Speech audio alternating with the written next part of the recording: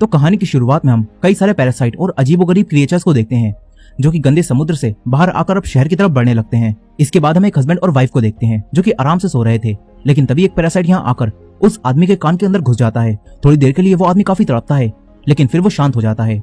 अब इसके बाद हम एक लड़के शिंची को देखते हैं जो कि आराम से गाने सुन रहा था। तभी यहाँ एक और पैरासाइट आकर उसके कान में घुसने की कोशिश करता है, लेकिन शिंची ने ईयरफोन लगा रखे थे, इसलिए अब वो पैरासाइट नाक के जरिए अंदर जाने लगता है। तभी शिंची उसे देखकर उसे दूर फेंक देता है। शिंची डरते हुए एक बुक के जरिए उसे मारने की कोशिश करता है, लेकिन वो पैरासाइट उसके हाथ पर काटकर उसके हाथ के अंदर घुस जाता है। तभी शिंची घबराकर एक केबल से अपने हाथ को बांधकर उसे बीच में ही रोक देता है। तभी शिंची की आवाज सुनकर उसकी मॉम यहाँ आ जाती हैं। शिंची उनसे कहता है कि उसके हाथ में कोई कीड़ा घुस गया है, लेकिन उसकी मॉम कहती है कि ये लड़का मजाक कर रहा है। वो शिंची के पास आकर उसके एक हाथ से उसका दूसरा हाथ छुड़ा देती हैं और फिर देखती हैं तो यहाँ उन्हें कोई भी कीड़ा नहीं दिखता। उन्हें लगता है कि शिंची अभी से ही सटिया गया है। शिंची भी चौंक जाता है कि आखिर वो कीड़ा कहाँ गायब हो गया। अब तभी उसकी मॉम वही गाना सुनती हैं जो शिंची सुन रहा था। फिर उसकी मॉम शिंची से कहती है कि इस तरह के गाने मत सुना कर, तभी तेरे को ऐसे वहम होने लगे हैं। अब ये कहकर उसकी मॉम यहाँ से चली जाती है। शिंची सोचता है कि वो कीड़ा आखिर कहाँ गायब हो गया। अब अगली सुबह शिंची जब ब्रेकफास्ट कर रहा होता है तो उसे अपने राइट हैंड यानी कि जिस हाथ में वो पैरासाइट घुसा था उस हाथ में अजीब सा महसूस होने लगता है। फिर हम उसी आदमी को देखते हैं जिसके अंदर पैरासाइट घुस गया था। वो आदमी अब अजीब सा बिहेव कर रहा होता है और अब वो अपनी वाइफ के पास जाता है। अचानक से उसका मुंह एक बड़े से क्रिएचर के मुंह में बदल जाता है जिसके अंदर कई सारी आंखें थीं। उसकी वाइफ कुछ भी समझ पाती इससे पहले ही वो आदमी अपनी वाइफ को खा जाता है। यानी कि उस पैरासाइट ने इस आदमी के ब्रेन को पूरी तरह से अपने काबू में करके इसे एक क्रिएचर बना दिया है। अब हम फिर से शिंची को देखते हैं जो कि अपनी दोस्त सातोमी के साथ स्कूल जा रहा था, लेकिन आज शिंची का बिहेवियर थोड़ा बदला हुआ था और उसके राइट हैंड पर उसका कोई भी काबू नहीं था। वो सातोमी को गलत जगह छू देता है और सातोमी उससे गुस्सा होकर चली जाती है। फिर क्लास में पढ़ते हुए उसकी रेजर नीचे गिर जाती है और जब शिंची उसे उठाने के लिए हाथ आगे बढ़ाता है तो तभी उसका हाथ बड़ा होकर रेजर उठा लेता है। इसके बाद बास्केटबॉल खेलते हुए शिंची बॉल को काफी दूर से उसी हाथ से रिंग में डाल देता है। शिंची कंफ्यूज हो जाता है कि उसके हाथ के साथ ये सब क्या हो रहा है, इसलिए वो वापस घर आकर इंटरनेट पर इस बारे में सर्च करता है। तभी उसके हाथ से एक आंख बाहर आती है। शिंची उसे देखकर चौंक जाता है, लेकिन वो आंख वापस अंदर चली जाती है। शिंची अब अपना हाथ काटकर आंख निकाल कर देखने वाला था, लेकिन तभी उसका हाथ एक बड़े से सांप में बदल जाता है और उसे ही डरा देता है। फिर उसका हाथ एक छोटे क्रिएचर में बदल जाता है। शिंची उसे देखकर काफी डरा हुआ था। तभी वो क्रिएचर कहता है कि मैं फेल हो गया। शिंची कहता है कि ये मेरे हाथ को क्या हो गया। तभी वो क्रिएचर भी कहता है कि ये मेरे हाथ को क्या हो गया। अब वो क्रिएचर शिंची की बातों को दोहराने लगता है। फिर वो शिंची को बताता है कि मैंने तुम्हारा हाथ खा लिया है। वो क्रिएचर शिंची से कहता है कि मुझे बात करना सिखाओ। वहीं दूसरी तरफ हम उसी आदमी को देखते हैं जिसकी बॉडी पर उस पैरासाइट ने कब्जा कर लिया था और वो पैरासाइट भी अब टीवी के जरिए इंसानों की भाषा सीख रहा था और तो और उसने इस आदमी की वाइफ को खा लिया होता है। अब अगले दिन सुबह शिंची जब सोकर उठता है तो वो देखता है कि वही क्रिएचर जो कि उसके हाथ से जुड़ा हुआ है वो उसका लैपटॉप और बुक से इंसानों से जुड़ी इन्फॉर्मेशन पढ़ रहा है। शिंची उससे कहता है कि मैं हॉस्पिटल जाकर तुझे कटवा दूंगा, कि मैं तेरे हाथ की सेल से जुड़ा हुआ हूँ, इसलिए तुम्हें अपना पूरा हाथ कटवाना पड़ेगा, जो कि शिंची कभी भी नहीं करवा पाएगा। अब वो पैरासाइट शिंची को बताता है कि वो उसकी पूरी बॉडी पर कब्जा करने की कोशिश कर रहा था, लेकिन क्योंकि शिंची ने उसे हाथ में ही रोक दिया तो इसके बाद वो शिंची के हाथ पर ही कब्जा कर पाया और अब वो दोनों एक दूसरे से जुड़ चुके हैं। ये क्रिएचर कहता है कि तुम मेरे होस्ट हो और मैं अपने होस्ट के बगैर कुछ भी नहीं कर सकता। फिर वो क्रिएचर कहता है कि तुम मुझे मिगी बुलाओ। मिगी शिंची के जरिए स्कूल में कई सारी बुक्स पढ़ता है और इंसानों के बारे में और भी ज्यादा जानता है। वो स्टूडेंट्स को फाइटिंग प्रैक्टिस करते हुए भी देखता है और मिगी सिर्फ उन्हें देखकर ही फाइटिंग स्किल सीख लेता है। अब इसके बाद हम पेंटिंग क्लास में शिंची को देखते हैं जो कि अपनी पेंटिंग पर काम कर रहा था। तभी सातोमी यहाँ आती है और उससे कहती है कि अगर तूने फिर से वो सब किया ना तो मैं तेरी जान ले लूंगी। इसके बाद सातोमी शिंची की पेंटिंग देखती है और फिर यहाँ से चली जाती है। अब स्कूल के बाद शिंची रात में जब बात ले रहा होता है तो तभी मिगी कहता है कि मुझे तुम्हारी बॉडी को इन्वेस्टिगेट करना है। मिगी शिंची की पूरी बॉडी को देखने लगता है।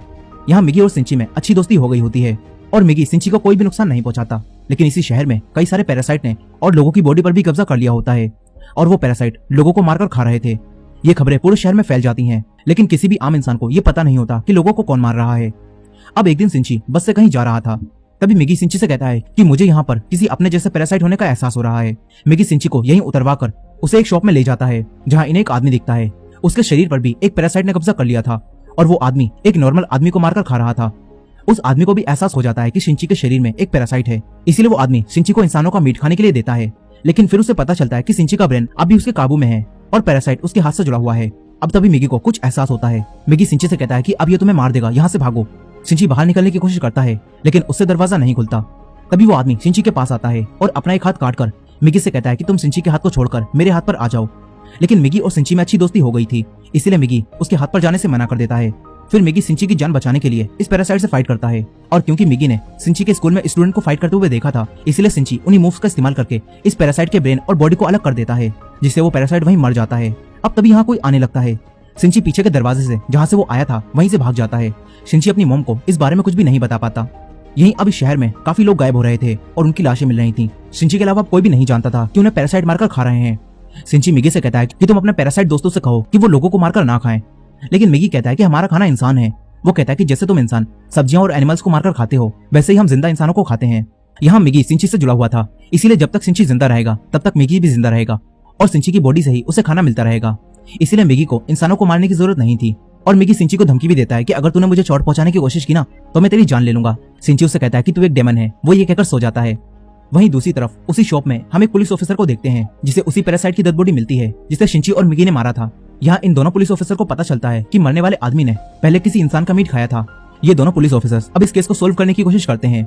अगले दिन हम सिंची को देखते हैं जो कि अपने स्कूल में था। तभी मिगी को एहसास होता है कि यहाँ भी उसी के जैसा कोई पैरासाइट है जिसने किसी इंसान को अपने काबू में कर लिया है। तभी इनके प्रिंसिपल इनकी नई टीचर तामिया रियोको को इनसे इंट्रोड्यूस कराते हैं। मिगी और सिंची समझ जाते हैं कि तामिया ही वो पैरासाइट है। यहीं तामिया भी अपने पैरासाइट सेंस की मदद से ये समझ जाती है कि सिंची भी एक पैरासाइट से जुड़ा हुआ है। फिर इसके बाद सिंची तामिया के पास जाता है।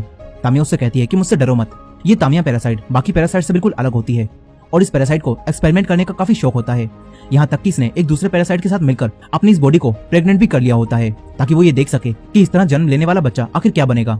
यहाँ सिंची उससे कहता है कि तुम यहाँ स्कूल में क्या करने आई हो। इस पर वो कहती है कि मैं बस नॉर्मल लोगों की तरह जीना चाहती हूँ। वो सिंची से कहती है कि मैं तुमसे और बात करती, लेकिन तुम्हारी गर्लफ्रेंड हमें देख रही है और कहीं उसे ऐसा न लगे कि तुम नई टीचर को देखकर उसे भूलकर नए टीचर पर फिदा हो गए हो। इसीलिए तामिया सिंची को बाद में मिलने के लिए कहती है। अब तभी सातोमी जो कि इन्हें देख रही थी वो यहाँ से चली जाती है। तामिया सिंची से कहती है कि मुझे स्कूल के बाद मिलना। मिगी भी तामिया से मिलने के लिए तैयार हो जाता है। वो सिंची से कहता है कि मैंने पहली बार ऐसा पैरासाइट देखा है जो इतना शांत होकर अपने होस्ट की बॉडी में रह रहा है। अब तामिया के बारे में और ज्यादा जानने के लिए सिंची बाद में तामिया से मिलने जाता है। तामिया ने यहाँ पर दो और पैरासाइट को भी बुलाया होता है जिनमें से एक हाई स्कूल स्टूडेंट शिमाडा होता है और दूसरा एक ऑफिसर मिस्टर ए होता है। ये दोनों तामिया के साथ मिले होते हैं। तामिया सिंची और मिगी को बताती है कि हम पैरासाइट को सर्वाइव करने के लिए आपस में मिलकर रहना होगा और इसीलिए हमने मिलकर पैरासाइट्स का एक नेटवर्क बनाया है और हम सब एक दूसरे से जुड़कर एक दूसरे को इन्फॉर्मेशन देते हैं ताकि हम सब इंसानों के बीच छुपकर रह सकें और अपने लिए रोज इंसानों को मारकर खा सकें। तामिया सिंची से भी इनके नेटवर्क में जुड़ने के लिए कहती है, लेकिन सिंची कहता है कि मैं पूरी तरह से तुम्हारे जैसा नहीं हूँ, तुम सब एक मॉन्स्टर हो। तामिया कहती है कि हाँ, हम सब एक मॉन्स्टर हैं, इसीलिए मैंने मिस्टर ए के साथ मिलकर एक एक्सपेरिमेंट किया है जिससे मैं प्रेग्नेंट हो गई हूँ और क्योंकि हम दोनों ही पैरासाइट हैं इसलिए मेरे अंदर जो बच्चा है वो आखिर क्या होगा। इस पर मिगी तुरंत कहता है कि तुम दोनों ने वो इंसानों की बॉडी में किया है, इसीलिए तुम्हारे अंदर एक इंसान का ही बच्चा है। तभी तामिया कहती है, तो फिर हम कौन हैं? अगर हमारे अंदर इंसानों का बच्चा है तो असल में हम कौन हैं? हम बस इस बॉडी के जरिए जी रहे हैं। तामिया कहती है कि हमारे जीने का मकसद क्या है? तामिया इनसे कहती है कि इसीलिए मैंने हमारा नेटवर्क बनाया है और मैं पैरासाइट्स के फ्यूचर के बारे में सोच रही हूँ। तामिया सिंची को धमकी देती है कि अगर तुम्हें हमारा साथ नहीं देना तो हमारे खिलाफ कुछ भी करने की कोशिश मत करना, नहीं तो मैं 3 सेकंड में ही पूरे स्कूल को खत्म कर दूंगी। सिंची काफी डर जाता है। अब ये तीनों एक एक करके सिंची की डरी हुई शक्ल देखते हुए यहाँ से चले जाते हैं। तभी मिगी को कुछ एहसास होता है। मिगी सिंची से कहता है कि मिस्टर ए से सावधान रहना, मुझे वो ठीक नहीं लगता। अब इसके बाद हम एक घर को देखते हैं जहाँ काफी शांति थी और यही मिस्टर ए और शिमाडा यानी कि वही दोनों पैरासाइट इंसानों को खा रहे थे। फिर वो दोनों तामिया के पास जाते हैं। तामिया खुद पर एक्सपेरिमेंट कर रही थी, इसलिए वो इंसानों को खाने के बजाय इंसानों जैसी रहने की कोशिश कर रही थी। वो इंसानों जैसा ही खाना भी खाती है। वो कहती है कि हमें इंसानों के बीच रहने के लिए इंसानों के जैसा ही सोचना होगा, तभी हम यहाँ पर सर्वाइव कर पाएंगे। वहीं दूसरी तरफ सिंची काफी परेशान था, लेकिन वो अपनी मॉम को भी ये सब नहीं बता पा रहा था। वो अपनी मॉम से कहता है कि आप घर में ही रहना, क्योंकि वो जानता था कि बाहर काफी ज्यादा पैरासाइट हैं जो इंसानों को मारकर खा रहे हैं, लेकिन उसकी मॉम ये नहीं जानती थी, इसलिए वो सिंची की बात पर खास ध्यान नहीं देती। अब एक दिन रात में अपने घर आते समय सिंची का सामना मिस्टर ए से हो जाता है और मिस्टर ए को यह पता चल चुका था कि उस शॉप में जो पैरासाइट मारा था उसे सिंची और मिगी ने ही मिलकर मारा था। इसलिए मिस्टर ए सिंची को मारने के लिए उस पर हमला करता है, लेकिन मिगी सिंची को बचा लेता है। मिगी मिस्टर ए से फाइट करता है। इन दोनों में यहाँ काफी तगड़ी फाइट चल रही थी। तभी सिंची आगे बढ़कर मिस्टर ए के अंदर एक लोहे का पाइप घुसा देता है, जिससे मिस्टर ए की बॉडी से खून बहने लगता है। और क्योंकि ये पैरासाइट एक इंसान की बॉडी में था, इसीलिए ये बॉडी कमजोर होने की वजह से पैरासाइट भी कमजोर होकर वहीं गिर जाता है। सिंची तुरंत यहाँ से भागकर अपने घर आ जाता है, लेकिन वहीं वो पैरासाइट अपनी बॉडी से रोड आर पार कर देता है, जिससे खून बहना बंद हो जाता है और वो पैरासाइट जिंदा बच जाता है। लेकिन उसे सर्वाइव करने के लिए अब एक नई बॉडी चाहिए थी। तभी इस रास्ते से सिंची की मॉम गुजरती हैं और ये पैरासाइट मिस्टर ए की बॉडी को छोड़कर सिंची की मॉम की बॉडी में चला जाता है। फिर थोड़ी देर बाद मिगी को एहसास होता है कि मिस्टर ए वाला पैरासाइट उनकी तरफ ही आ रहा है। वो सिंची को छुपने के लिए कहता है। सिंची एक चाकू लेकर वहीं छुप जाता है। तभी उसकी मॉम घर में आती है। मिगी समझ जाता है कि मिस्टर ए वाला पैरासाइट अब उसकी मॉम की बॉडी में आ गया है, लेकिन सिंची के लिए ये विश्वास कर पाना काफी मुश्किल था। तभी वो पैरासाइट डायरेक्ट सिंची के हार्ट पर हमला करता है और उसके हार्ट को जख्मी कर देता है। सिंची वहीं गिर जाता है। सिंची की बॉडी में अब एक छेद हो जाता है। फिर वो पैरासाइट यहाँ से कहीं और चला जाता है। यहीं सिंची अब मर रहा होता है, लेकिन मिगी सिंची को बचाने के लिए उसके हाथ से निकलकर उसकी बॉडी में चला जाता है। धीरे धीरे समय बीतता है और कुछ दिन बीत जाते हैं। मिगी सिंची के हाथ में दोबारा से वापस आ जाता है और सिंची जाग जाता है। सिंची अब बिल्कुल ठीक हो गया होता है। फिर मिगी उसे बताता है कि मैंने तुम्हारे हार्ट को ठीक करने के लिए अपने एक हिस्से को वहां छोड़ दिया, जिससे तुम्हारा हार्ट वापस रिकवर हो गया और तुम्हारी जान बच गई। मगर यहाँ सिंची दोबारा से जिंदा होने से बिल्कुल भी खुश नहीं था। उसके लिए अब जिंदगी में कुछ भी नहीं बचा था। यहाँ सिंची खूब रोता है। फिर अगले दिन सिंची तामिया के पास जा रहा था, तभी उसे रास्ते में सातोमी मिलती है। सातोमी उससे बात करती है, लेकिन सिंची का बिहेवियर अब फिर से बदलने लगा था। वो सातोमी से बात नहीं करता और भागता हुआ डायरेक्ट तामिया के पास आ जाता है। वो तामिया से कहता है कि मिस्टर ए कहाँ है, लेकिन तामिया कहती है कि उसे तो तुमने मार दिया। यहाँ तामिया सब कुछ जानती थी, लेकिन फिर भी वो बनकर दिखा रही थी। मिगी तामिया को बताता है कि मिस्टर ए ने उस पुलिस ऑफिसर की बॉडी को छोड़कर सिंची की मॉम की बॉडी को ले लिया है। सिंची कहता है कि मिस्टर ए तुमसे जुड़ा हुआ था, इसलिए तुम्हें जरूर पता होगा कि वो कहाँ है। लेकिन तामिया साफ साफ सिंची को मिस्टर ए का पता बताने से मना कर देती है। सिंची उसे डराने के लिए एक चाकू निकालता है, लेकिन तामिया इन दोनों को ही डराकर यहाँ से जाने लगती है। तभी सिंची उसकी तरफ चाकू फेंकता है, मगर वो चाकू पकड़कर वापस सिंची की तरफ ही फेंक देती है। वो जानबूझकर सिंची को नहीं मारती। फिर वो यहाँ से चली जाती है। वहीं उन ऑफिसर्स को मिस्टर ए यानी कि उसी पुलिस ऑफिसर की बॉडी मिलती है। यहाँ इन्हें जांच से पता चल जाता है कि इस पुलिस ऑफिसर और उस शॉप के मालिक दोनों को मारने वाला कोई एक ही इंसान है। लेकिन ये लोग एक बात से परेशान थे, क्योंकि इस पुलिस ऑफिसर ने भी मरने से पहले कुछ इंसानों को खाया था और जांच में इन लोगों को ये बात पता चल गई थी। ये लोग सोचते हैं कि इन्होंने जो अफवाहें सुनी है कहीं वो सच तो नहीं। दरअसल इस शहर में ये बात फैल चुकी थी कि पैरासाइट इंसानों की बॉडी में इनके बीच छुपकर रह रहे हैं, लेकिन इन लोगों को लगता है कि ये सब बस अफवाह है। वहीं दूसरी तरफ सिंची हर जगह अपनी मॉम को ढूंढ रहा था। तभी एक दिन वो एक ऐसी जगह पर पहुंच जाता है जहाँ कुछ नेता लोगों के बीच वोट मांगने आए हुए थे। अब तभी मिगी और सिंची को एहसास होता है कि जो नेता लोगों से वोट मांग रहा है वो भी पैरासाइट है, और उसके अलावा भी यहाँ पर कई सारे पैरासाइट मौजूद हैं। मिगी ये सब देखकर चौंक जाता है। वो सिंची से कहता है कि पैरासाइट ने इतनी तरक्की कर ली है कि अब वो पॉलिटिक्स में भी घुस चुके हैं। मिगी काफी खुश होता है। वो सोचता है कि एक दिन पैरासाइट इस पूरी दुनिया पर कब्जा कर लेंगे। अब तभी इनके घर में वही दोनों पुलिस ऑफिसर्स आ जाते हैं। उन्हें सिंची पर शक होता है, इसलिए वो सिंची से थोड़ी बहुत पूछताछ करते हैं, लेकिन सिंची काफी चालाकी से इनसे झूठ बोलता है। फिर वो दोनों यहाँ से चले जाते हैं। अब काफी दिनों बाद सिंची फिर से स्कूल जाता है। यहाँ उसे सातोमी मिलती है। फिर यहाँ वही लड़का शिमाडा आता है। तामिया ने इसका इसी स्कूल में ट्रांसफर करवा दिया होता है ताकि वो सिंची पर नजर रख सके। शिमाडा सातोमी के सामने सिंची से पहली बार मिलने का दिखावा करता है और फिर वो यहाँ से चला जाता है। यहाँ तामिया इन दोनों को देख रही होती है। दरअसल यहाँ शिमाडा और तामिया को ये पता चल रहा था कि जब से मिगी ने अपनी सेल्स की मदद से सिंची की जान बचाई है, तब से सिंची की बॉडी में बदलाव हो रहा है। और वहीं दूसरी तरफ मिगी को भी ये सब पता चल जाता है। वो सिंची को ये सब बताता है। अब इसके बाद मिगी सिंची को ये बताता है कि जब से मैंने तुम्हारी जान बचाई है तब से मुझे भी कुछ प्रॉब्लम्स हो रही हैं। मिगी कहता है कि मुझे ठीक रहने के लिए हर दिन 4 घंटे सोना होगा, और जब मैं सो रहा होऊंगा तो मैं किसी भी तरह तुम्हारी मदद नहीं कर सकता। अब ये कहने के बाद मिगी तुरंत सो जाता है। सिंची उसे जगाने की कोशिश करता है, लेकिन अब मिगी नहीं जागता। वहीं दूसरी तरफ वो दोनों ऑफिसर्स ये पता लगा रहे थे कि पैरासाइट्स को कैसे पहचाने। उन्हें ये पता चलता है कि अगर किसी इंसान की बॉडी में पैरासाइट रह रहा है तो उस इंसान का बाल तोड़ने पर वो बाल कर्ली हो जाएगा। अब ये जानकर सीनियर पुलिस ऑफिसर अपने जूनियर पुलिस ऑफिसर का बाल तोड़ता है, लेकिन वो कर्ली नहीं होता, जिससे वो समझ जाता है कि ये कोई पैरासाइट नहीं है। अब वहीं तामिया भी अपने नेटवर्क की मदद से ये जान जाती है कि इंसानों को हमें पहचानने का एक तरीका पता चल चुका है। यहाँ हम देखते हैं कि वही पॉलिटिशियन भी तामिया के साथ मिला हुआ है। अब इसके बाद हम फिर से सिंची को देखते हैं जो सातोमी से मिलता है। सातोमी उसके लिए आज डिनर बनाने के लिए कहती है, क्योंकि सिंची अब अकेला था। सिंची मान जाता है। फिर वो दोनों डिनर के लिए शॉपिंग करने चले जाते हैं। तभी रास्ते में इन्हें एक पपी मिलता है जो कि बीच रोड पर पड़ा था। सिंची उसे उठाकर लाता है, लेकिन वो मर चुका था, इसलिए सिंची उसे डस्टबिन में डाल देता है। सातोमी ये देखकर उससे कहती है कि तुम ये क्या कर रहे हो।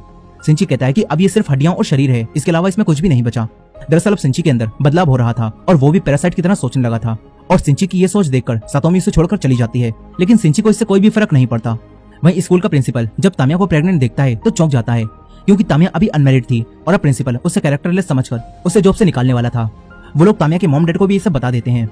फिर तामिया अपने मॉम डैड के पास जाती है, लेकिन ये तामिया तो वैसे भी पैरासाइट थी, इसलिए वो इन दोनों को मार देती है। इसके बाद वो शिमाडा को कॉल करके कहती है कि तुम्हारे खाने का इंतजाम हो गया है, यहाँ आकर दोनों बॉडीज ले जाओ। अब अगले दिन तामिया स्कूल से जाने के लिए स्कूल से अपना सामान पैक करने लगती है। सिंची उसके पास आता है और उससे बातें करने लगता है। वहीं सातोमी अपनी पेंटिंग क्लास में जाती है, जहाँ कई सारी लड़कियां मिलकर शिमाडा की पेंटिंग बना रही थीं। तभी एक लड़की मजाक मजाक में उसका एक बाल तोड़ देती है और वो बाल कर्ली हो जाता है। इसे देखकर सारी लड़कियां समझ जाती हैं कि शिमाडा एक पैरासाइट है। शिमाडा भी जान जाता है कि उसका राज खुल चुका है, इसलिए वो इन लड़कियों पर हमला करता है। उसका मॉन्स्टर जैसा मुंह देखकर सारी लड़कियां डरकर चीखती हैं। उनकी चीखों की आवाज सुनकर सिंची उन्हें बचाने आने लगता है। तामिया भी समझ जाती है कि शिमाडा अपने मॉन्स्टर के रूप में सबके सामने आ गया है, इसलिए अब तामिया यहाँ कुछ केमिकल लोचा करने लगती है। वहीं सातोमी थोड़ी हिम्मत दिखाकर शिमाडा के सेंटर में एक केमिकल फेंकती है, जिससे वो जलने लगता है, मगर इससे वो बेकाबू हो जाता है और इधर उधर हमला करने लगता है। सारी लड़कियां बचकर निकलने की कोशिश करती हैं। तभी सातोमी की एक दोस्त यहाँ मारी जाती है।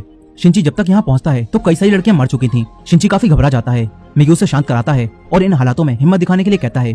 शिंची दोबारा उठकर सातोमी को बचाने जाता है। सातोमी शिमाडा से बचकर भाग रही थी। शिमाडा बिल्कुल एक जापानीज डेमोगोर्गन लग रहा था। शिंची आकर इस जापानीज डेमोगोर्गन को एक धक्का देता है और उससे फाइट करने लगता है। तभी यहाँ तामिया भी आ जाती है और वो शिमाडा को शांत होने के लिए कहती है। शिमाडा शांत हो जाता है, लेकिन फिर तामिया यहाँ एक बॉम्ब फेंक कर चली जाती है। शिंची उसे देखकर सातोमी को लेकर नीचे कूद जाता है और फिर यहाँ एक धमाका होता है। इन्हें लगता है कि शिमाडा टपक लिया, लेकिन वो जिंदा था। अब यहाँ पुलिस और एम्बुलेंस भी आ जाती है। सातोमी जख्मी हो गई थी, इसलिए उसे हॉस्पिटल ले जाया जाता है। वहीं पुलिस ऑफिसर्स ऊपर आ जाते हैं। तभी शिमाडा आकर इन पर हमला करता है और इन्हें मार देता है। शिमाडा स्कूल की छत पर जाने लगता है। मिगी शिंची को ये बताता है और शिंची एक दूसरी बिल्डिंग पर जाकर एक लोहे की रोड लेकर मिगी को एक धनुष बनाता है और फिर इस लोहे की रोड को एक तीर की तरह शिमाडा के अंदर घुसा देता है। इससे शिमाडा वहीं मर जाता है। इसके बाद शिंची यहाँ से जाने लगता है। तभी यहाँ तामिया भी आ जाती है और वो उससे कहती है कि मैं अब थोड़े समय के लिए गायब हो जाऊंगी। तामिया शिंची को मिस्टर ए यानी कि उसकी मॉम का एड्रेस देती है। शिंची उस एड्रेस को ले लेता है। अब कुछ समय बाद यहाँ वही दोनों ऑफिसर आते हैं और जब वो दोनों ये पता लगा रहे होते हैं कि शिमाडा कैसे मरा, तो उन्हें पता चल जाता है कि उस पर किसी ने दूसरी बिल्डिंग से हमला किया था। लेकिन इन्हें शिंची के बारे में भी कुछ भी पता नहीं होता। वहीं शिंची तामिया के दिए हुए एड्रेस पर पहुंच जाता है। यहाँ उसे उसकी मॉम मिलती है। शिंची उनका पीछा करते हुए एक ब्रिज के नीचे आ जाता है। तभी यहाँ मिगी को नींद आने लगती है। वो शिंची को ये बताता है और इस वक्त मिगी शिंची को बचाने के लिए एक हथियार बन जाता है। इसके बाद मिगी सो जाता है। अब तभी शिंची उसी हथियार की मदद से मिस्टर ए यानी कि अपनी ही मॉम से फाइट करता है। यहाँ शिंची अब काफी अच्छी फाइटिंग कर रहा होता है। वो मिस्टर ए को मारने वाला था। तभी उसे उसकी मॉम की आवाज आती है और उसकी मॉम की थोड़ी बहुत कॉन्शियसनेस अब भी जिंदा होती है। अब तभी मिस्टर ए शिंची पर हमला करता है, लेकिन उसकी मॉम की कॉन्शियसनेस की मदद से उसकी मॉम अपने हाथ से शिंची को बचा लेती हैं। मगर फिर शिंची को ना चाहते हुए भी मिस्टर ए को खत्म करने के लिए अपनी ही मॉम को जान से मारना पड़ता है। अब थोड़ी देर बाद मिगी जब जाग जाता है तो शिंची मिगी को ये सब बताता है। अब इसके बाद हम उसी पैरासाइट पॉलिटिशियन को देखते हैं और उसकी पार्टी ने अब इलेक्शन जीत लिया होता है। इससे वो पैरासाइट अब एक ऊंची पोस्ट पर बैठ जाता है। लेकिन इसी दौरान उन्हीं दोनों पुलिस ऑफिसर्स को हेडक्वार्टर बुलाया जाता है और एक दूसरी टीम का चीफ इनसे पैरासाइट के बारे में सारी इन्फॉर्मेशन ले लेता है, क्योंकि अब इंसानों को ये पता चल चुका है कि पैरासाइट्स इनके बीच छुपकर रह रहे हैं और इसीलिए इंसानों को बचाने के लिए ये लोग एक ऑपरेशन चलाने वाले हैं जिसका नाम है ह्यूमन लाइफ प्रोडक्शन। अब इसके बाद हम उसी पॉलिटिशियन को देखते हैं जो कि तामिया के पास जाता है और इन दोनों के साथ अब एक काफी खतरनाक पैरासाइट भी होता है जिसका नाम गोटू होता है। और अब वो तामिया को बताता है कि वो सारी मैनकाइंड को खत्म कर देगा। लेकिन अब तामिया को अपने आने वाले बच्चे की चिंता होने लगती है। वहीं दूसरी तरफ शिंची हॉस्पिटल में सातोमी से मिलने जाता है और डिसाइड करता है कि वो अब सारे पैरासाइट को ढूंढकर उन्हें जान से मार देगा। इसी दौरान हम देखते हैं कि कोई शिंची पर नजर रख रहा है। वो शिंची और मिगी की एक साथ फोटो लेता है और इसी एंडिंग के साथ ये कहानी यहीं खत्म हो जाती है।